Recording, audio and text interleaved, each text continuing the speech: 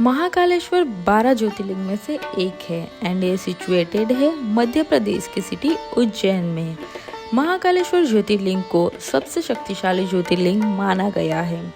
इस ज्योतिर्लिंग की पूजा करने से सभी भयों से मुक्ति मिलती है। अगर आप भी महाकालेश्वर ज्योतिर्लिंग विजिट करना चाहते हो तो ये मेरा डिटेल ब्लॉग ज़रूर देखें। मैं तो सिर्फ 2 दिनों के लिए उज्जैन गई थी, तो उसके हिसाब से मैंने मेरी आइटनरी डिज़ाइन की थी, वो मैं आपके साथ शेयर कर रही हूँ। मेरा नाम है Vasava Komal and welcome to my YouTube channel. तो सबसे पहले हम शुरू करते हैं, आप कैसे उज्जैन रीच कर पाओगे एंड आप कहाँ पे स्टे कर सकते हो। हम तो कार से गए थे, तो Surat to Ujjain total our journey है 530 किलोमीटर, यानी 8 to 10 आवर लेके ही चलो, बिकॉज कोई भी नॉन स्टॉप जर्नी नहीं कर पाता, ठीक है।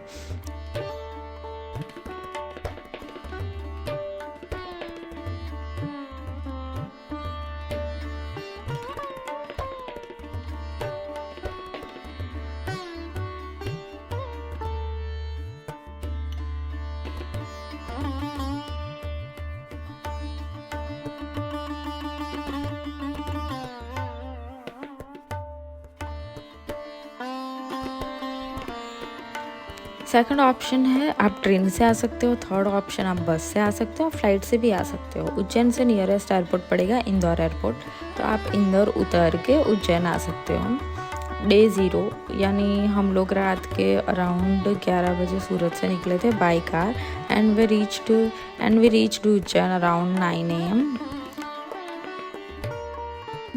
उज्जैन सिटी में एंटर होते ही कुछ अलग ही अनुभव होने लगा, शांति का। Ujjain is a cheapest city, spiritual city.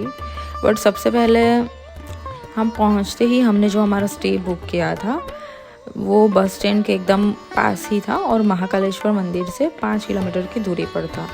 पहले हमने चेक इन किया, हम लोग फ्रेश हुए, नाश्ता किया, देन भी सो गए, बिकॉज ओवरनाइट जर्नी करके हम लोग उज्जैन पहुँचे थे, इसीलिए।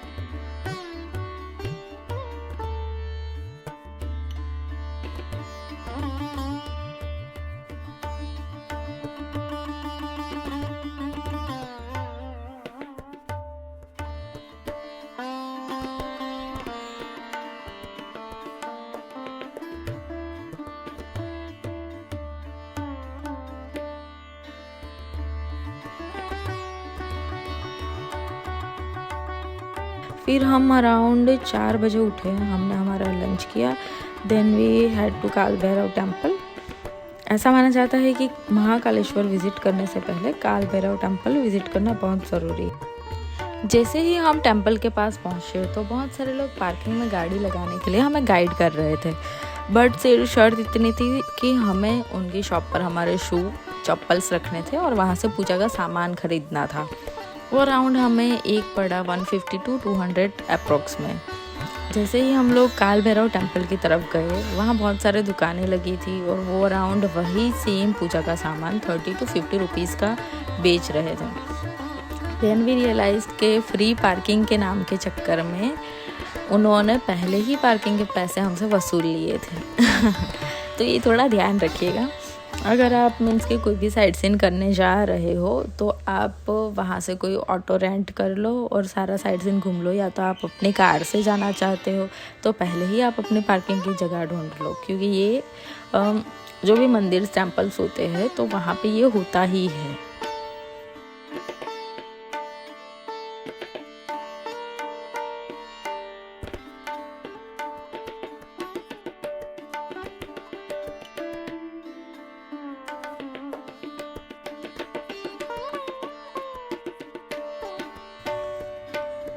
काल भैरव टेम्पल दुनिया का ऐसा टेम्पल है जहाँ भैरव को हम शराब चढ़ा सकते हैं। अराउंड 5 बजे मंदिर में भीड़ बहुत ज़्यादा हो गई थी, तो दर्शन तो हमें हो गए, लेकिन सिर्फ 5 ही सेकंड के लिए उनका फेस हमें देखने को मिला।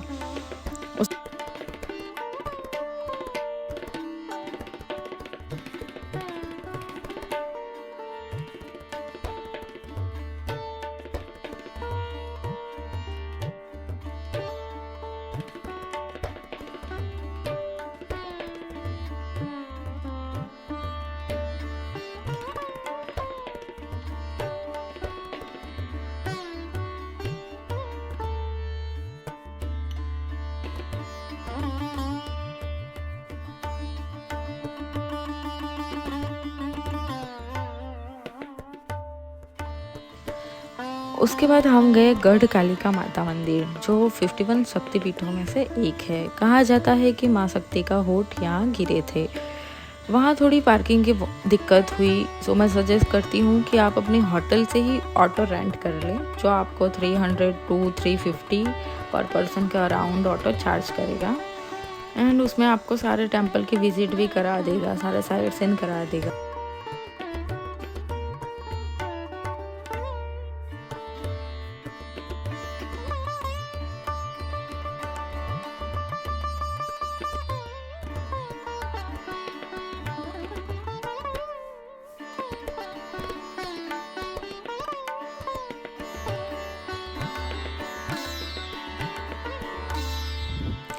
After that we headed to Ramghat. Shipra नदी के किनारे हो रही शिप्रा आरती एक अलग ही अनुभूति कराती है।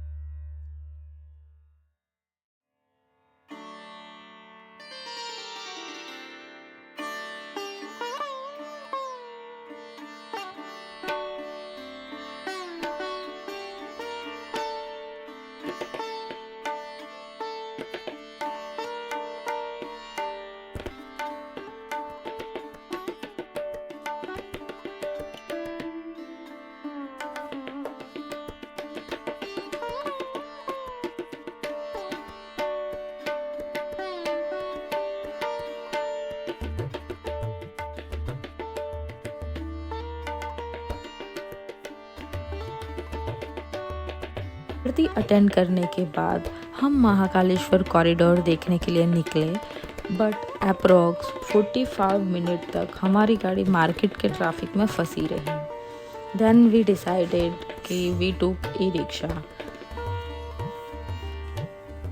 तो हम लोग ई रिक्शा के स्टैंड पे पहुँचे। वहाँ से हमने ई रिक्शा की टू विजिट कॉरिडोर। कॉरिडोर का टाइम है सुबह में 9 AM टू इवनिंग 9:30।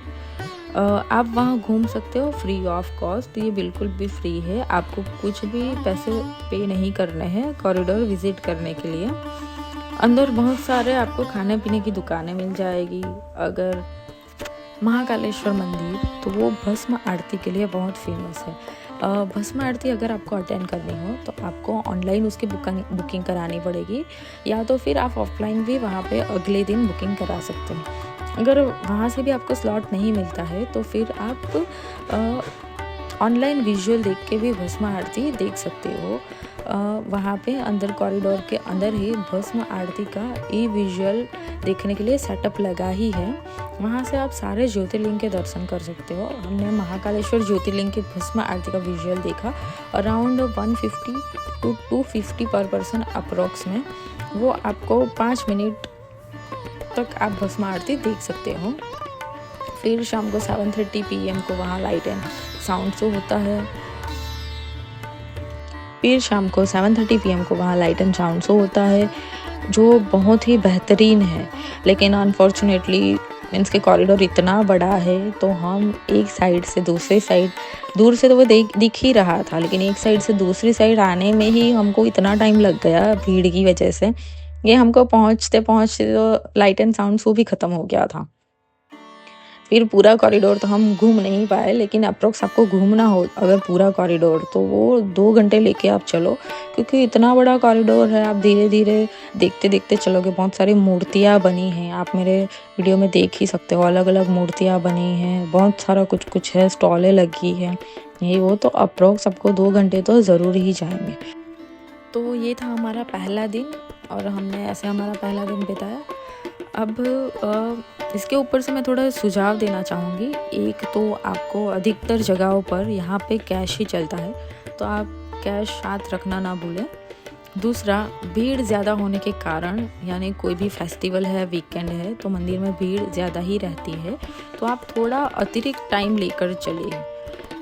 कि आप 2 घंटे लेके चल रहे हो, वहाँ पे 3 से 4 घंटे लेके चलो कि आपको ये साइट सीन करने में, ये टेंपल विजिट करने में 3 to 4 घंटे यानी 3 to 4 आवर लगने ही वाले हैं।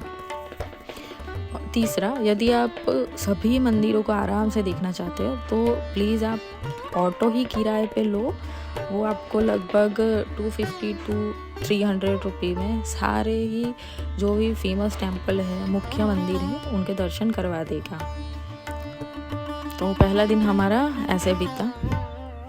उज्जैन की यात्रा बहुत ही सुंदर और धार्मिक अनुभव रही।